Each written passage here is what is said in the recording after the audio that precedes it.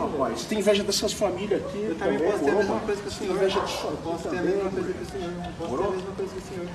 Você nunca vai ter. O senhor conseguiu por quê? Porque seu pai te deu ou porque você trabalhou? Eu já nasci. Então, você trabalhou? Você trabalhou? Você, com certeza, recebeu alguma encomenda durante a pandemia de um entregador de aplicativo. Foi lá, cadastrou seu cartão de crédito, fez o pedido e em poucos minutos chegou um jovem na moto para entregar o que você queria. É difícil até de lembrar, mas há muito pouco tempo, motoboy era só para as empresas durante o dia para entregar documento e no máximo à noite para entregar pizza. Mas com os aplicativos, o número de entregadores cresceu muito. Na pandemia, mais ainda. Só na Grande São Paulo, desde o começo da quarentena, chegou a 280 mil pessoas. Uma cidade só com os entregadores daqui já estaria entre as 100 cidades com mais população no Brasil. Mas por trás do capacete da máscara, quem são esses milhares de rostos espalhados pelas grandes cidades do país? Como é que eles viraram entregadores? E por que agora estão fazendo grandes manifestações para defender seus direitos? E quem são os empresários que estão por trás desse negócio bilionário das entregas? Menos de um salário mínimo para os entregadores e lucros estratosféricos para os acionistas. Esse é o único jeito de organizar o sistema de entregas numa cidade como São Paulo? Esse é o tema que nós vamos falar hoje no nosso Café com Bolos. E aí, tem tempo para um cafezinho? Para fazer um bom café, meu bem. 12 milhões de brasileiras e brasileiros desempregados. 40 milhões na informalidade. O país tem mais da metade da sua população economicamente ativa vivendo sem renda fixa, sem direitos, sem férias, sem 13º, sem saber o dia do amanhã.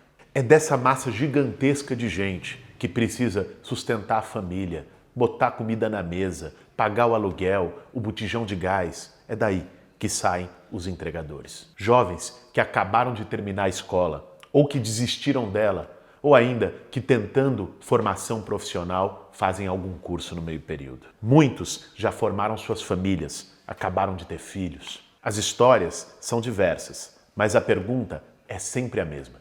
Se entregar currículo não resolve e as contas vão se acumulando em casa, qual serviço que dá para começar agora e paga em dia? Aí vem logo na cabeça o cadastro no aplicativo. E a lei da oferta e procura é cruel. A fila na porta das empresas de aplicativo simplesmente lotou. Não tem mais vaga. A ideia de ganho rápido e sem burocracia, de que o trabalhador seria um empreendedor, pode gerar a ilusão de que esse tipo de trabalho vale a pena, é bem recompensado. E no começo, essa ideia com certeza passou pela cabeça de muitos desses jovens. Pagamento em dia, fazer o próprio horário, em dia bom dava para tirar 100, 200 reais. Se calcular no fim do mês, multiplicando por 20, 25 dias, dá 4 mil reais ou até mais. Que trabalho com carteira assinada daria isso no fim do mês? E ainda mais sem chefe? Mas vamos ver bem isso. Em média, trabalhando muito, um entregador conseguia tirar 2 mil reais livre. Na pandemia, como a procura por trabalho aumentou, as empresas começaram a praticar taxas absurdas. Diminuíram o valor da corrida e aumentaram a taxa variável de 15% a 20%. É um verdadeiro roubo, até porque para a empresa do aplicativo não existe nenhum risco, nenhuma responsabilidade, nenhum investimento maior.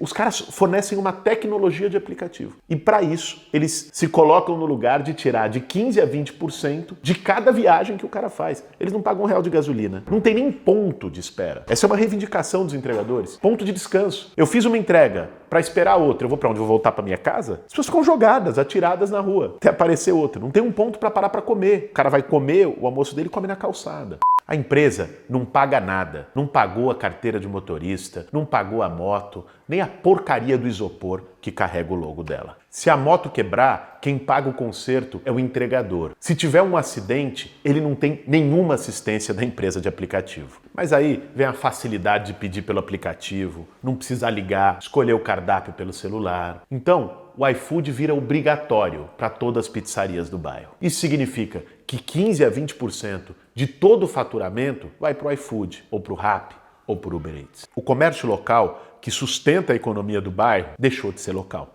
Porque a relação perversa que as empresas de aplicativo estabelecem não é só com o entregador ou com o motorista. No caso das entregas, é também com os pequenos restaurantes. Eu conversei com a produtora gerente lá do Bar do Alemão para falar que ela estava numa pequena batalha particular com as empresas de aplicativo, porque é o seguinte, bicho. Primeiro, taxa. Quanto o iFood ou as outras empresas de aplicativo cobram do Bar do Alemão e quanto elas cobram do McDonald's? A taxa para os grandes restaurantes é muito menor, sei lá, 5%, enquanto que para o pequeno restaurante é 15%, 20%. Então, na prática, os pequenos comércios sustentam as entregas do McDonald's e das grandes redes de fast food ou de restaurante. E outro dia eu estava conversando também com o Hassan, lá do Aljaniá, falou a mesma coisa. E aí eles estavam organizando um sistema alternativo, ele estava meio que puxando o debate de um sistema alternativo de relação com os entregadores, que é uma super exploração. A cada clique no aplicativo, 20% de todo o dinheiro da economia popular sai e vai parar na bolsa de valores ou em fundos financeiros espalhados pelo mundo. O Uber, por exemplo, tem como investidor o Fundo Público da Arábia Saudita. De cada 8 fatias de pizza de mussarela aqui no Capão Redondo, 2 vão para o Sheik árabe. Ele só come esfirra. O cara pega a nossa pizza aqui e só come esfirra.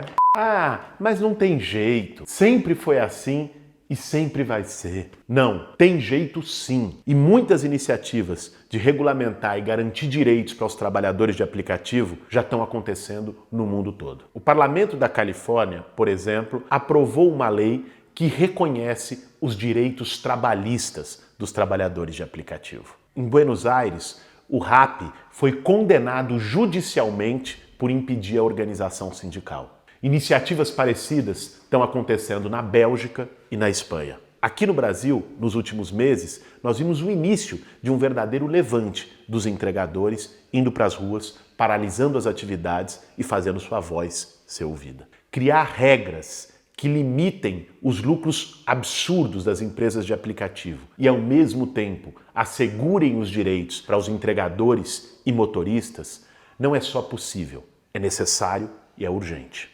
Existem vários caminhos que podem ser desenvolvidos. Um deles é colocar um teto para a taxa que as empresas cobram dos trabalhadores e direcionar o excedente para um fundo de assistência. Por exemplo, uma taxa que é hoje de 15% a 20% que a Uber, o iFood, o Rappi cobram daqueles que trabalham, pode ser colocada como 10% o máximo.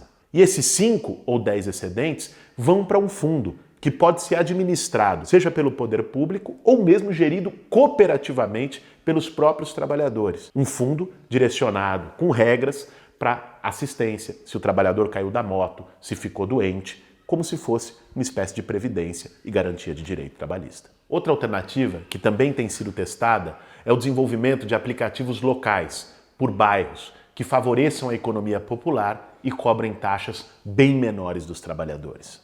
Bom, a gente falou tudo isso aqui, mas não dá para falar sobre a luta dos entregadores, a ação dos entregadores e a perda dos direitos sem ouvir um entregador. Por isso, eu convidei hoje para fazer parte do Café com Bolos de forma especial o Chicão, que é entregador já há muito tempo, motoboy aqui na cidade de São Paulo. Vou botar a máscara aqui para poder chamar o Chicão e cumprimentar ele.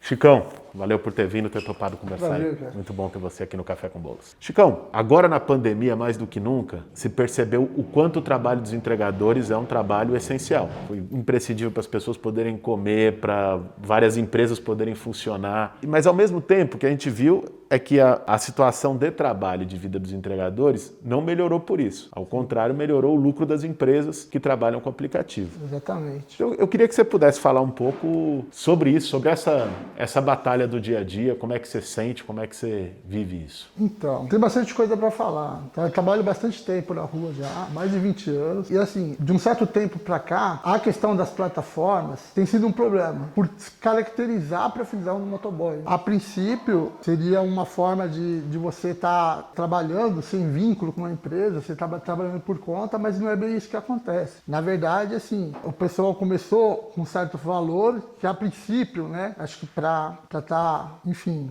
iniciando os trabalhos, mas hoje está muito defasado. O pessoal está pagando muito pouco, o que se refere às taxas de entrega. Por outro lado, não tem vínculo nenhum com o trabalhador. Isso está se tornando um problema. Como é que é essa coisa das taxas, Chicão? Como é que funciona na prática a taxa que o iFood ou o Uber Eats ou qualquer empresa cobra de você e dos outros entregadores? É um problema porque as taxas são bem baixas. E como existe hoje a questão do desemprego, tem uma demanda muito grande de motoboy, você está pagando uns valores muito pequenos. No iFood, por exemplo, se você recusa um pedido, eles bloqueiam você. Se recusar um pedido, eles não te chamam mais para nenhum. Isso. Então, assim, são várias questões. Precisa melhorar. A taxa, a gente ouviu uma história também, da história da taxa variável, que a taxa não é fixa. Às vezes é 15%, pode chegar a 20%. Como é que é isso aí? Tem alguma informação, tem alguma transparência nisso para vocês? Tem alguns casos que a taxa não chega a ser R$1 por km, tão baixa que é variável, depende do endereço de onde você pega, de onde você deixa. E aí tem um problema que é o seguinte, além de ser baixa, se você chegar no local e der um problema, eles não pagam o retorno, você precisa retornar, deixar num galpão dos caras, da plataforma, e eles não pagam o retorno. Tem uma outra coisa também, que é o tempo.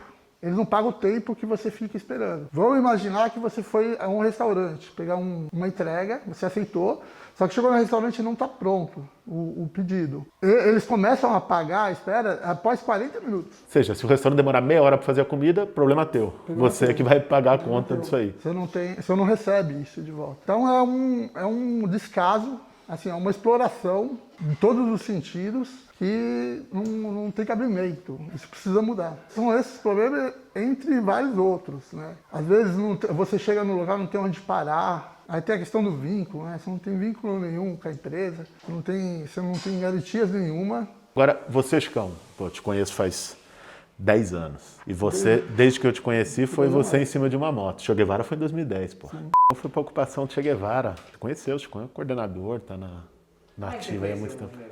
Em 2010, 2009, 2010, que houve o Che Guevara, eu conheci através de uma amiga minha que foi para a ocupação. Só que eu não fui com muita expectativa, né? Eu fui para conhecer. Hoje eu posso dizer que eu já não estou mais no movimento nem pela moradia. Eu estou pela luta, porque eu gosto e é uma luta justa, né, cara? E tá no sangue, né? Tô firme lá, tá no sangue. Então, antes de existir esses aplicativos, você já trabalhava de motoboy, de motoqueiro na rua. O que mudou? Como é que era antes e como é que é agora? Tem alguma coisa que melhorou? Tem muita coisa que piorou? Assim, eu vejo como houve uma piora, principalmente na questão dos aplicativos. Por outro lado, as empresas hoje em dia não estão nem contratando mais, assim, o motoboy fixo, registrado. O contrato de trabalho formal CLT não existe mais porque eles recorrem ao aplicativo, né? Existem os que já existiam, né? Até o cara que contrata, ele prefere tá contratando um aplicativo, tá financiando esse tipo de exploração, mas acaba que para ele é mais em conta, né? Mas, por outro lado, o trabalhador está sendo explorado de todos os sentidos. Quem perde nessa é só o trabalhador, né? Porque o cara que contratava, uma empresa que contratava o motoboy e pagava o direito trabalhista, aí vem o aplicativo, não paga nenhum direito trabalhista, não reconhece nenhum vínculo trabalhista, aí em tese barateia, mas barateia em cima de quem, né? Em cima de quem está em cima da moto, do trabalhador. Isso é um problema, que tinha-se a ideia de que o motoboy, né, o entregador, iria trabalhar por conta, mas não é bem assim. Ele não recebe por isso, ele recebe inclusive muito menos, sem direitos algum. Beleza, agora do teu ponto de vista, Chicão, o que podia ser feito para melhorar a situação de trabalho dos entregadores? Que tipo de medida você defenderia para melhorar essa situação? A princípio, eu acho que tem que ter um vínculo, sim, com essas empresas, mas, assim, a princípio, de imediato, é melhorar o que se refere às taxas de entrega, né? Os valores, né? Por trabalho, está muito desfalcado, né? Muito obsoleto o valor, não tem condições. De um trabalhador, ele coloca a sua moto para trabalhar, a manutenção é dele, a gasolina, o valor que a gasolina está hoje, todas as despesas. Tem outras questões que na hora que você chega, um local apropriado para você parar no estabelecimento. É muito difícil às vezes você precisa deixar a moto distante para estar retirando esse pedido. Se você deixar em qualquer lugar, vem um agente, né, da fiscalização de trânsito e te multa ainda. Então é bem complicado. Uma outra questão é a questão dos bloqueios, que também acho que é muito importante. Não está bloqueando por qualquer motivo. Acho que precisa saber o que houve, porque ele simplesmente bloqueia. Ele bloqueia e você fica um período sem sem trabalhar. De imediato é isso. Eu acredito que deveria ter algum vínculo. Imagina esse cara que vai trabalhar 10 anos nas plataformas, não tem alguma garantia, algum seguro, algum registro. O cara não tem férias, não tem 13º. É inaceitável, assim, não precisa mudar isso urgente. Com certeza. E isso que você falou, assim, que os caras falam, você faz o próprio horário. Mentira, né? Porque você é forçado a fazer uma puta de uma jornada gigante para conseguir tirar algo razoável no fim do mês e sem hora extra. Se você tivesse carteira assinada, você ia ter as 8 horas de trabalho. Se você precisasse trabalhar 10 horas, as outras 2 eram hora extra. Então, assim, se você no aplicativo trabalha 12 horas por dia, não existe hora extra porque não existe salário base, né? Bom, gente, esse Café com Bolos de hoje foi muito especial. Poder receber aqui o Chicão, que é alguém que trabalha, vive a realidade dos entregadores. É fundamental a gente ouvir essas vozes. E você que usa as plataformas de aplicativo, iFood, Uber, qualquer que seja, compartilha esse vídeo. Passa adiante. Você que é entregador ou entregadora, você que é motorista de Uber, compartilhe também. A denúncia é uma forma da gente poder fazer com que essa realidade seja modificada e com que quem trabalha em cima de uma moto para fazer a entrega ou quem trabalha atrás de um volante, também com transporte de aplicativo, possa ter o seu direito básico garantido, de ser reconhecido como trabalhador e de ter direito que todo trabalhador deve ter. É isso aí. Esse foi mais um Café com Bolos. Para fazer um bom café, meu bem.